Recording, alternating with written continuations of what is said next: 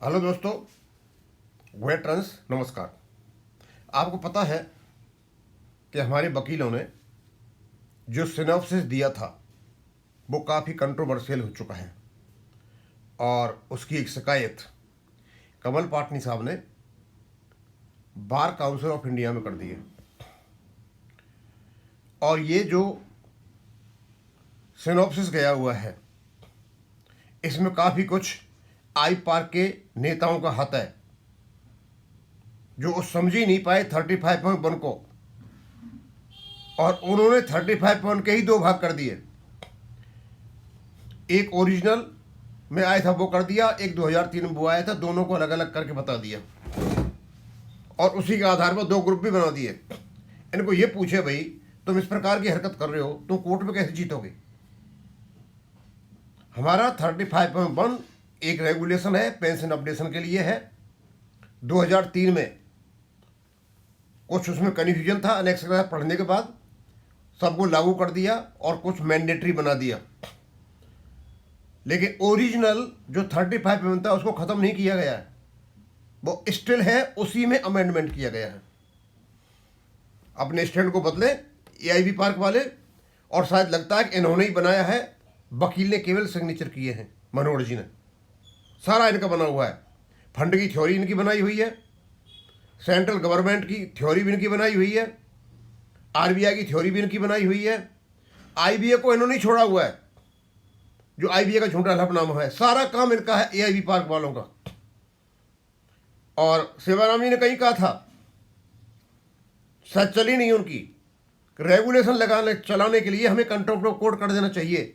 जो नहीं माने, वकील नहीं माने। ये पता नहीं क्या चल रहा है इनके यहाँ पे। 8 लाख पेंशनरों का भविष्य अटका हुआ है और ये लोग तमाशा कर रहे हैं। खैर एनीवे, कमल पाटिल साहब ने कहा है कि मैंने इसको भेज दिया है बीसीआई के पास, आप लोग भी भेजें। अब मैं पढ़ के बता देता हूं का संस्करण शिकायत पत्र। एडवोकेट एक्ट 1961 की धारा 36B और 35 के अंतर्गत सर्वोच्च न्यायालय को गुमराह करने से संबंधित गंभीर पेशेवर कदाचार की शिकायत विषय सेवा में, और ये सीधा का सीधा असर पड़ेगा एडवोकेट मनोहर जी पर। उनसे रिक्वेस्ट है कि आप सिनॉप्सिस को वापस लें और बढ़िया तरीके से बनाएं, बैठ करके और दोबारा सिनॉप्सिस को दें।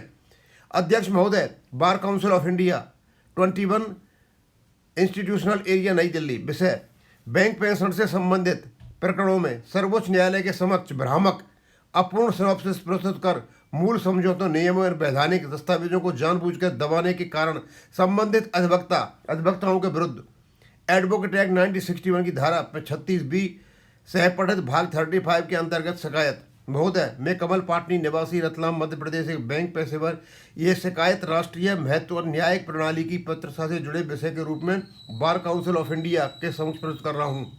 ये शिकायत उन अधिवक्ताओं के विरुद्ध है जिन्होंने बैंक पेंशनर से संबंधित मामलों में सर्वोच्च न्यायालय के समक्ष प्रस्तुत सिनॉप्सिस या प्रस्तुतिकरण में ऐसे तथ्य रखे अथवा महत्वपूर्ण तथ्यों को जानबूझकर छोड़ दिया जिससे पेंशनर के वैधानिक अधिकार प्रभावित हुए और न्यायालय को भ्रमित किए जाने की गंभीर स्थिति पैदा हो गई। शिकायत का आधार ग्रीवेंस। शिकायत के प्रमुख बिंदु निम्नलिखित बैंक पेंशन की मांग को मूल आधार रहे 1993 एवं 95 के द्विपक्षीय समझौते बाईपार्ट सेटलमेंट के संदर्भ में या तो अपूर्ण रूप से या जानबूझकर नजरअंदाज किया गया। उक्त समझौतों के आधार पर बने पेंशन रेगुलेशन नियम व परिनियम पेंशन नियम निर्माण हेतु गठित समिति की report central government clarification CGC RBI द्वारा बैंक पेंशन को दुगना पेंशन को अधिनियम के समक्ष घोषित किए जाने जैसे निर्णायक दस्तावेजों को न्यायालय के समक्ष निष्पक्ष और समग्र रूप में प्रस्तुत नहीं किया गया। सिनॉप्सिस इस प्रकार तैयार किया है जिससे पेंशन की मांग को कमजोर दिखाया जा सके तथा आईबीए का भ्रामक और गलत एफिडेविट को प्रस्तुत करने का अवसर प्राप्त हुआ। यह आचरण मुवक्किल के हितों के प्रतिकूल, विश्वासघात, ब्रीच ऑफ ट्रस्ट एवं न्यायालय के प्रति कर्तव्य उल्लंघन के अंतर्गत आता है। विधिक उल्लंघन। उपरोक्त कृत्य निम्न प्रावधानों का उल्लंघन है। एडवोकेट एक्ट 1961 धारा 35 प्रोफेशनल मिसकंडक्ट, धारा 36B bar council of India के पर्यवेक्षण की शक्ति, bar council of India rules, standards of etiquettes rules, न्यायालय के प्रति सत्यनिष्ठा, रूल 11-15 मुवक्किल के प्रति निष्ठा, रूल 24 धोखाधड़ी और भ्रामक आचरण विरुद्ध प्रभाव। इस प्रकार के कदाचार के कारण लाखों बैंक पेंशनर्स अधिक सुरक्षा, आर्थिक सुरक्षा, मानसिक पीड़ा एवं न्यायिक अनिश्चितता से जूझ रहे हैं। यदि ये सत्य है कि न्यायालय के समक्ष जानबूझकर अधूरे अथवा भ्रामक तथ्य रखे गए हैं, तो ये केवल पेशेवर कदाचार नहीं बल्कि न्याय व्यवस्था पर आघात है। प्रार्थना अतः आपसे प्रार्थना है कि इस शिकायत पर स्वतः संज्ञान लेते हुए संबंधित अधिवक्ताओं के विरुद्ध अनुशासनात्मक जांच प्रारंभ की जाए। यह परीक्षण किया जाए कि क्या सर्वोच्च न्यायालय को गुमराह करने का प्रयास हुआ, क्या महत्वपूर्ण दस्तावेज जानबूझकर दबाए गए। दोष सिद्ध होने पर उचित दंडात्मक कार्रवाई की जाए ताकि न्यायालय की पवित्रता अक्षुण्ण रहे। दिनांक 28 जनवरी रतलाम से ये इन्होंने लिख दिया। दोस्तों, अब मैं इसको ज़्यादा नहीं कहूँगा क्योंकि बहुत ज़्यादा आशंकाएं हो रही थी और कमल पाटनी जी बहुत ही टाइमली एक्शन ले लिया है और अब इनका जो सिनॉप्सिस गया हुआ है वो अपने आप स्वयं ही कंट्रोवर्शियल हो गया। इसको जाने से हम उनके बार बार कह रहे हैं आपने जो सिनॉप्सिस बनाया है वो अप टू द पॉइंट नहीं है, वो हमारे पक्ष को नहीं प्रॉपर तरीके से रखता है और नहीं रखता है तो स्वाभाविक सी बात है उसको बदला जाना चाहिए।